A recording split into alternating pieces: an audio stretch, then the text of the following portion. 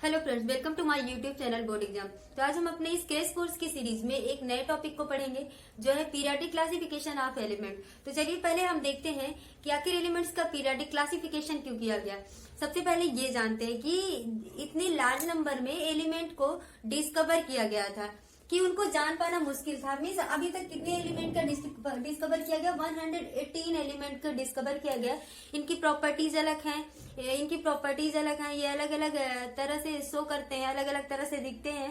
कोई डक्टाइल होता है, कोई मेलिएबल होता है, कोई शाइनिंग होता है। इनकी प्रॉपर्टीज बहुत चेंज थी, तो सबको इंडिविजुअली याद रख पाना, लर्न कर पाना हमारे लिए बहुत मुश्किल का काम था। हम इतना नहीं कर सकते थे, इसलिए इसको कैटेगराइज किया गया, इसीलिए इसका क्लासिफिकेशन किया गया। तो चलिए एक सिंपल सी बात लेते हैं। अगर आपके पास कोई स्टेशनरी शॉप है, वहां पे आपने बॉल कई कलर में रख लिए हैं, ठीक है। किसी ने आपसे ग्रीन कलर का बॉल मांगा, तो आप क्या करेंगे? आपके पास तो बॉल बहुत ज्यादा है, लार्ज नंबर में है, तो आप उसमें ग्रीन कलर के बॉल को ढूंढेंगे। इससे अच्छा क्या होगा, अगर आप उसको क्लासिफाइड करें, कैटेगराइज करें, कैटेगरी में रख लें, तो आपको निकालना सही रहेगा। इसी तरह से जो एलिमेंट्स थे उनको भी कैटेगराइज किया गया है कि किसी एक एलिमेंट्स को पढ़ने के बाद उसके आगे के कम से कम 3, 4 या फिर 10 एलिमेंट्स की प्रॉपर्टी ऑटोमेटिकली लर्न हो जाए, ठीक है। इसीलिए इसको कैटेगराइज किया गया है। तो चलिए देखते हैं। There are 118 elements have been discovered. अभी तक 118 एलिमेंट्स जो खोजे जा चुके हैं, जिसमें से 94 elements are found in nature. 94 elements जो कि नेचर में मिले हैं, और 24 elements have been synthesised by the elements. जो 24 एलिमेंट जो कि साइंटिस्ट ने सिंथेसाइज किए हैं, उनको बनाए हैं, ठीक है। तो फर्स्ट हम इनको जान लेते हैं कि जो साइंटिस्ट ने 24 एलिमेंट जिसको साइंटिस्ट ने बनाया, 94 एलिमेंट्स है जो कि खोजे गए हैं, ठीक है। हम इसकी क्लासिफिकेशन पे चलते हैं, ध्यान दीजिएगा। Earlier classification, modern periodic table से पहले कई ऐसे साइंटिस्ट थे जिन्होंने एलिमेंट्स को क्लासिफाइड किया था। तो उसमें एक आपके डॉबर्नियर भी थे, डॉबर्नियर थे, और जो है न्यूलैंड्स हैं, ठीक है, बर्जीलियस हैं। तो हम इन सबके पीरियोडिक टेबल को पढ़ेंगे, इन सबका क्लासिफिकेशन पढ़ेंगे। तो फर्स्ट आपका जो था क्लासिफिकेशन में, ध्यान दीजिएगा, classification of element, classification of element की क्लासिफिकेशन में जो फर्स्ट आए थे वो थे आपके बर्जीलियस। जो फर्स्ट है वो बर्जीलियस थे। उन्होंने किस पे किया था? मेटल, नॉन मेटल के बेस पे इन्होंने किया था। ध्यान दीजिएगा, इन्होंने सिर्फ दो चीजों के उस बेस पे कैटेगराइज किया था। एक तो आपका था मेटल और दूसरा था नॉन मेटल, ठीक है। इनका नाम था बर्जीलियस। कौन थे?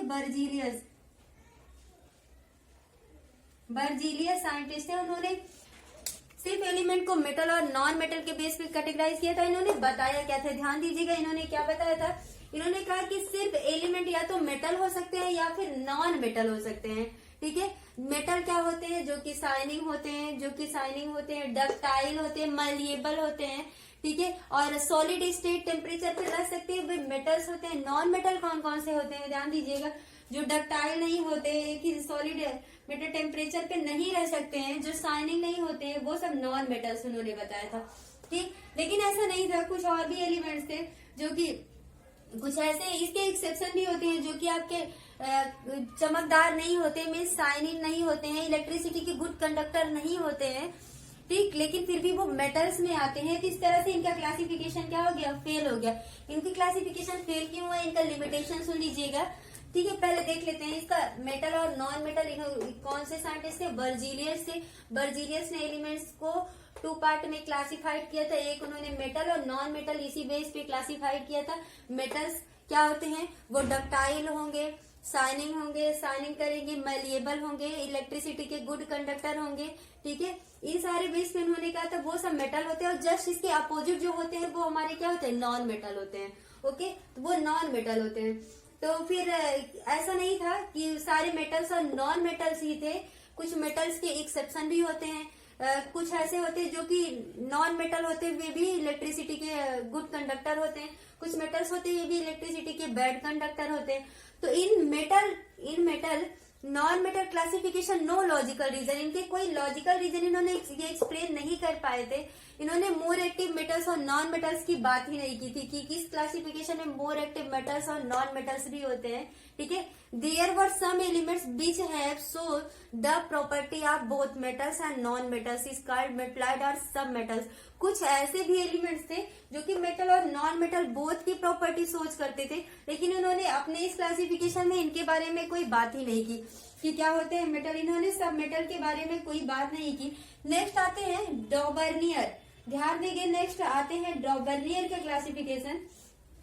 तो बात करते हैं डॉबर्नियर। ओके, तो चलिए डॉबर्नियर का देखते हैं। डॉबर्नियर ने क्लासिफाइड किया था 1817 में। डॉबर्नियर ने 1817 में क्लासिफाइड किया था। जब उन्होंने किया तो 33 एलिमेंट्स ही नोन थे। ओके, जब उन्होंने क्लासिफाई किया तो 33 एलिमेंट्स नोन थे। Classified elements on the basis of atomic masses. उन्होंने एटॉमिक मास के बेस पे इसको क्लासिफाइड किया था। ठीक है, एटॉमिक मास के बेस पे क्लासिफाइड किया था। ध्यान दीजिएगा, उनके अकॉर्डिंग उन्होंने क्या कहा था, जब भी एलिमेंट्स को हम उसके एटॉमिक मासेस के असेंडिंग ऑर्डर में रखते हैं, सजाते हैं, इसके एटॉमिक मासेस के असेंडिंग ऑर्डर में रखते हैं, तो उसके फर्स्ट और थर्ड एलिमेंट का एवरेज सेकेंड एलिमेंट के एटॉमिक मास के इक्वल आता है। फर्स्ट एंड थर्ड एलिमेंट के एटॉमिक मास का एवरेज सेकेंड एलिमेंट के एटॉमिक मास के इक्वल आर अप्रॉक्स आता है। ठीक है, चलिए देख लेते हैं इसमें क्या था। उन्होंने क्या बताया, लिथियम, सोडियम, पोटेशियम, इसी तरह से उन्होंने तीन पेयर को लेकर तीन एलिमेंट्स के ग्रुप को लेकर के पेयर बनाया था। ठीक है, यही इनका ट्रायड्स रूल है। डॉबर्नियर क्लासिफिकेशन, डॉबर्नियर के यही ट्रायड्स रूल है, क्योंकि उन्होंने थ्री एलिमेंट्स को लेकर के एक पेयर बनाया और पेयर बना के उन्होंने कहा कि इसके फर्स्ट एलिमेंट का एटॉमिक मास और उसके लास्ट थर्ड एलिमेंट का एटॉमिक मास लेकर हम अगर उसका एवरेज निकालते हैं तो वो इसके सेकेंड एलिमेंट के एटॉमिक मास के इक्वल आता है। ठीक है, इसी तरह से इनके थ्री एलिमेंट्स ट्रायड बनते हैं। ठीक, जैसे लिथियम का 7 है, सोडियम का 23 और पोटेशियम का 39 है। यदि इसके लिथियम और सोडियम को हम ऐड करते हैं, 7 + 39 को ऐड करते हैं तो 23 आता है। कभी कभी ऐसा होता है कि एग्जैक्ट नहीं, अप्रॉक्स भी आता है। जैसे कैल्शियम, स्ट्रांसियम और बेरिलियम को लेते हैं तो जब हम इसको ऐड करते हैं तो 88.5 में से स्ट्रांसियम के ये अप्रॉक्स आया है। क्लोरीन, ब्रोमीन, आयोडीन, ये भी इसके ट्रायड के रूल है। ठीक है, ये भी इसके ट्रायड क्लासिफिकेशन में आते हैं। तो एक बार फिर से समझ लेते हैं। डॉबर्नियर ने, according to the Daubernier, arranging the element of a group is the ascending order. Arranging the element of a group, ascending the elements of a group is ascending order. Their atomic masses, the atomic masses of element in the middle elements is equal to the atomic masses of first and third element. First और third element के atomic mass का average निकालने पर second element के atomic mass आता है। ठीक है, यही डॉबर्नियर का यही रूल था। डॉबर्नियर का यही ट्रायड्स था। उन्होंने तीन एलिमेंट को लिया। और ये ध्यान दीजिएगा, ये कभी कभी आपसे एग्जाम में पूछा आता है कि how many elements known when डॉबर्नियर was classified the table. जब डॉबर्नियर ने इस टेबल को बनाया था तो कितने एलिमेंट्स नोन थे, तो 33 एलिमेंट्स। ठीक है, किस बेस पे बनाया था, एटॉमिक मास के बेस पे। अब देख लेते हैं इनका ये एलिमेंट्स, इनका ये जो रूल था ये क्यों वो हो गया, इसकी लिमिटेशंस क्या थी, ध्यान दीजिएगा। Not all element can be classified into the group defined the डॉबर्नियर। जितने भी एलिमेंट्स थे जो कि डॉबर्नियर ने क्लासिफाइड किए थे, सबकी प्रॉपर्टी सेम नहीं थी। ठीक है, सबकी प्रॉपर्टी सेम नहीं थी, सब अलग अलग, कुछ तो ऐसे थे जो एक ही ग्रुप में रह के अलग प्रॉपर्टी शो करते थे, अलग थे। जैसे वह कार्बन, नाइट्रोजन और ऑक्सीजन, ये एक ही ग्रुप में रह करके इनकी प्रॉपर्टी भी अलग थी। ठीक है, किस तरह से इनकी ये क्लासिफिकेशन फेल हो गया। और नया जो क्लासिफिकेशन है वो था न्यूलैंड का ऑक्टेव रूल। न्यूलैंड का ऑक्टेव रूल, हम डॉबर्नियर का ट्रायड रूल पढ़ चुके हैं, अब सेकंड पढ़ेंगे न्यूलैंड का ऑक्टेव रूल। तो नेक्स्ट है हमारा न्यूलैंड्स का octave rule, Newlands laws of octave. इन्होंने 1865 को इसको डिस्कवर किया था। और ये जरूर लर्न कर लीजिएगा कि जब ये इसको क्लासिफाइड कर रहे थे तो उस टाइम 56 एलिमेंट वर नोन। उस टाइम जब 56 एलिमेंट्स पता थी और इन्होंने बेसिक ऑफ एटॉमिक मास पे इन्होंने भी इसको क्लासिफाइड किया था। If all elements are arranged, same उन्होंने भी यही बताया था, if all elements are arranged in the ascending order, if all elements are arranged in the ascending order of their atomic masses, उनके एटॉमिक मासेस पे अगर हम अरेंज करते हैं, then every eighth element will be identical in the properties of the first element. उन्होंने कहा if हम elements को उसके असेंडिंग, उसके एटॉमिक मास के असेंडिंग ऑर्डर पे, उसके एटॉमिक मास के हम असेंडिंग ऑर्डर पे उसको लगाते हैं, अरेंज करते हैं उस टाइम, देन एवरी एर्थ, तो first second third fourth fifth six seven eighth, जो एर्थ एलिमेंट होगा वो उसके फर्स्ट एलिमेंट के आइडेंटिकल होगा। मतलब 1 से लेकर के 7 एलिमेंट्स की जो प्रॉपर्टी होगी वो चेंज होगी, लेकिन जो एर्थ एलिमेंट होगा उसकी प्रॉपर्टी फर्स्ट एलिमेंट के जैसे होगी। ठीक है, इनको इन्होंने म्यूजिक से भी कंपेयर किया था। उन्होंने कहा it was compare to the octave rule of music, that is why it was called the octave law. इन्होंने इसे म्यूजिक से भी शो किया था। In this type the classification, इस टाइप का जो क्लासिफिकेशन था, the tendency of recurring repetition in the properties of element was observe. जो एलिमेंट्स थे उन्होंने ये देखा कि जो एलिमेंट्स थे इनकी प्रॉपर्टी 7 के बाद 8th प्रॉपर्टी क्या हो रही है, रिपीट हो रही है, रिकरिंग हो रही है, रिपीट हो रही है। उनके जो प्रॉपर्टीज है वो फर्स्ट वाली प्रॉपर्टी 8th की प्रॉपर्टी जैसे सेम है। तो इसीलिए उन्होंने कहा कि जिस तरह से म्यूजिक में सारे गामा पा धा नी सा करने के बाद 7 एलिमेंट्स के बाद जो 8th होता है वो फर्स्ट जैसे होता है, उसी तरह से एलिमेंट जो है, जो यहाँ पे एलिमेंट्स, अगर हम उसके एटॉमिक मासेस में लगाएं, अरेंज करें, तो इसका भी जो 8th एलिमेंट होगा वो फर्स्ट के आइडेंटिकल होगा। चलिए इनके एलिमेंट्स को तो देखते हैं। ठीक है, न्यूलैंड्स का जो ऑक्टेव रूल है, मैंने आपको बताया, ये म्यूजिक पे, इन्होंने इसको म्यूजिक में कंपेयर किया था। तो नोट्स ऑफ म्यूजिक सारे गामा पा धा नी। ठीक है, तो इन्होंने क्या कहा, ध्यान दीजिएगा। इन्होंने कहा जिस तरह से लिथियम, सोडियम और पोटेशियम, लिथियम के बाद 8th होता है सोडियम, सोडियम के बाद 8th पोटेशियम, ये तीनों जो है सेम, इन तीनों की प्रॉपर्टी सेम होती है। ठीक है, ये सेम तरह की प्रॉपर्टी शो करते हैं, इसीलिए इन्होंने इसको ऑक्टेव रूल में रखा। ठीक, इन्होंने ऑक्टेव रूल बनाया कि जो इसकी 7th एलिमेंट के बाद जो 8th एलिमेंट होता है वो सेम प्रॉपर्टी शो करता है। ओके, लेकिन इनकी ये क्लासिफाइड ठीक नहीं हो गया, बाई क्लासिफिकेशन फेल हो गया। क्यों? क्योंकि नोबल गैसेस के लिए ये सही नहीं था, हायर एटॉमिक मासेस के लिए भी ये फॉलो नहीं कर पाया। जो इसके बाद खोजे गए, कुछ इसके बाद डिस्कवर हुए एलिमेंट, उनको भी ये फॉलो नहीं कर पाए। ये सिर्फ कुछ ही स्लॉट में फॉलो कर पाया, बाकी स्लॉट में ये फॉलो नहीं कर पाया, इसलिए ये क्लासिफिकेशन क्या हो गया, फेल हो गया।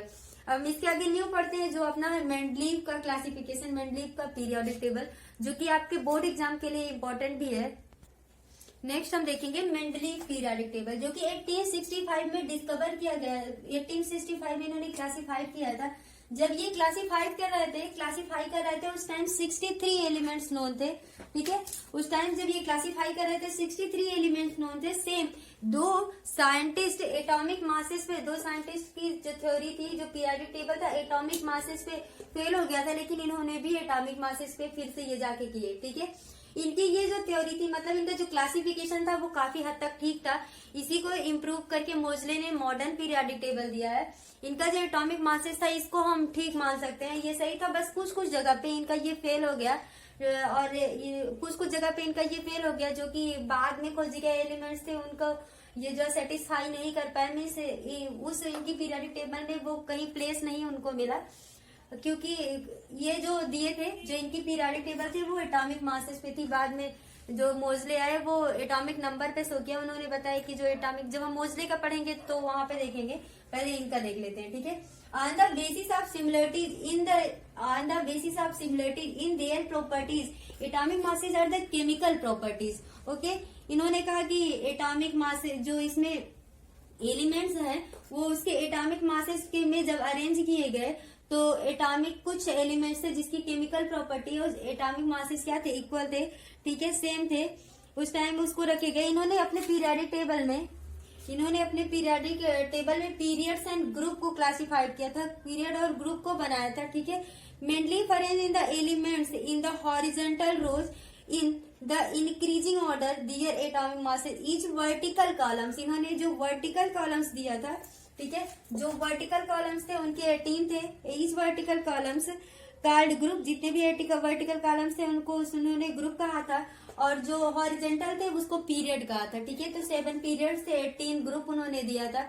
जीरो वाले जो ग्रुप्स थे उनको, सॉरी जो जीरो के ग्रुप थे उनको कहीं इन्होंने डिस्कवर नहीं, मतलब सॉरी कहीं इनको प्लेस नहीं दिया था। इन्होंने मेटल, नॉन मेटल और मेटलॉइड भी बताया था। कुछ जब ये इसको क्लासिफाई कर रहे थे, अपने इस एलिमेंट्स को क्लासिफाई कर रहे थे, पीरियाडिक टेबल बना रहे थे, तो बीच बीच में इन्होंने कहीं कहीं प्लेस भी छोड़ा था।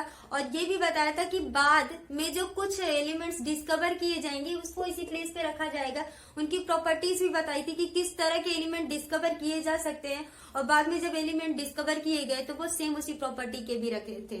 ठीक है, उसको इनके पीरियाडिक टेबल में रख दिया गया। ठीक, इनका पीरियाडिक टेबल हम देखते हैं।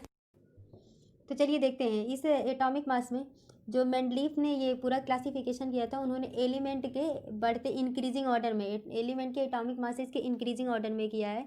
देखिए जैसे मैग्नीशियम, एल्युमिनियम, सिलिकॉन, फास्फोरस, ये सबके एटॉमिक मासेस के इंक्रीजिंग ऑर्डर पे किया गया है। दिखाया गया है कि एटॉमिक मास का जो इंक्रीजिंग ऑर्डर है उसी पे लिया गया है। ये पूरा 24, 27 इसी तरह से पूरा लिया गया है एटॉमिक मासेस पे।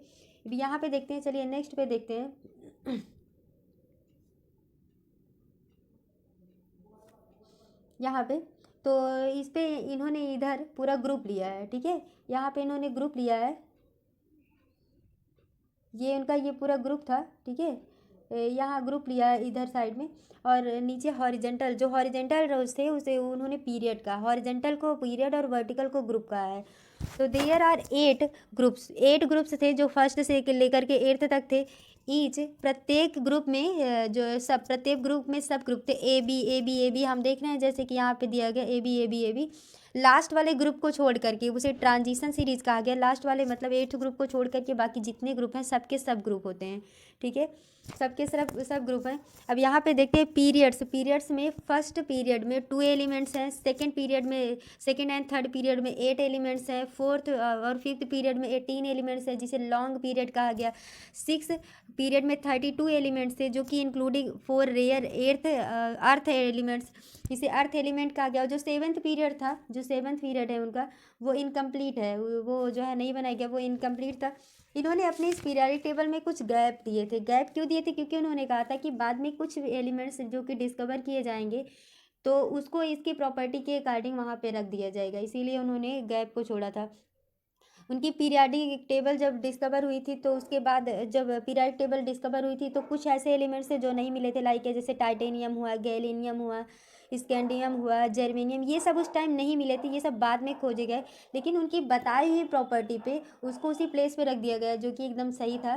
तो अब हम अपने नए पीरियडिक टेबल में देखेंगे। तो हम ग्रुप देख लेते हैं, ग्रुप एंड सब ग्रुप। इन्होंने ग्रुप और सब ग्रुप में दिया था there are 8 group first to 8th। यहाँ पे इन्होंने 8 ग्रुप दिया था, फर्स्ट से लेकर के 8th ग्रुप तक। 0 group was not present, 0 group को इन्होंने प्रेजेंट नहीं किया था। ठीक है, 0 ग्रुप नहीं था उस टाइम, प्रेजेंट नहीं था। Each group divided are the सब group A and B. Each group, प्रत्येक ग्रुप में 2 ग्रुप थे, मतलब सब ग्रुप थे, 2 सब ग्रुप थे। एक ए था, B accept 8th group, 8th को छोड़ करके बाकी सब में 2-2 ग्रुप थे। ठीक है, आते हैं पीरियड की बात करते हैं। हॉरिजेंटल आर कॉल्ड पीरियड, जो हॉरिजेंटल लाइन थी उसे हम पीरियड कहते हैं। देयर आर द 7 पीरियड्स, तो उसमें कितने पीरियड्स थे? 7 पीरियड्स थे। और जो फर्स्ट पीरियड था उसमें 2 एलिमेंट्स थे। फर्स्ट पीरियड में 2 एलिमेंट्स थे। यहाँ पे देखिए जो फर्स्ट था उसमें 2 एलिमेंट थे। सेकेंड एंड थर्ड में 8 एलिमेंट्स थे। 8 एलिमेंट्स था, इसे शॉर्ट ग्रुप कहते हैं। सेकेंड एंड थर्ड में 8 एलिमेंट्स था जिसे शॉर्ट ग्रुप कहते हैं। फोर्थ एंड फिफ्थ में 18 एलिमेंट्स था। फोर्थ एंड फिफ्थ ग्रुप में 18 एलिमेंट्स थे जिसे हम लॉन्ग ग्रुप कहते हैं। ठीक है, सॉरी लॉन्ग पीरियड कहते हैं। 18 एलिमेंट्स थे। जो 6 था, 6 में 32 था, और जो 7 था वो इनकम्प्लीट था। जो 6 ग्रुप था, 6 इसमें 32 एलिमेंट्स थे, और जो 7 वाला था वो इनकम्प्लीट था। सॉरी, जो 7 वाला था वो इनकम्प्लीट था, मतलब वो भरा हुआ नहीं था। ठीक है, जो 7 था वो इनकम्प्लीट था। तो बस एक बार फिर से ध्यान दीजिएगा, ग्रुप ऑफ सब मेटल, ग्रुप एंड सब ग्रुप। ग्रुप और सब ग्रुप देखते हैं क्या होता है। जो वर्टिकल लाइन थी उसे हम ग्रुप कहते हैं। There are 8 group, sorry 8 group थे फर्स्ट से लेकर के 8 तक, और जितने भी ग्रुप थे ईच ग्रुप डिवाइडेड सब group A and B except 8 को छोड़ करके बाकी जितने भी ग्रुप थे सब में ए और बी 2 सब ग्रुप थे। 0 को उस टाइम में इंक्लूड नहीं किया गया था। ठीक है, पीरियड्स क्या थे? Horizontal rows are called period, horizontal row को पीरियड कहते हैं, रॉ को कहते हैं। देयर आर 7 पीरियड, 7 पीरियड थे। फर्स्ट में 2 एलिमेंट थे, सेकंड और थर्ड में 8 थे जिसे हम शॉर्ट पीरियड कहते हैं। थर्ड और फोर्थ में 18 एलिमेंट्स था जो कि लॉन्ग पीरियड कहा जाता था। जो 6 था उसमें 32 एलिमेंट्स था, ये मोर देन 14 था इसलिए इसे वेरी लॉन्ग कहते हैं। जो 7 था ये इनकम्प्लीट था। ठीक है, अब हम आगे कल पढ़ेंगे मोजले की पीरियोडिक टेबल और बाकी जो इनका छूटा है उसको पढ़ेंगे। आज के लिए थैंक यू।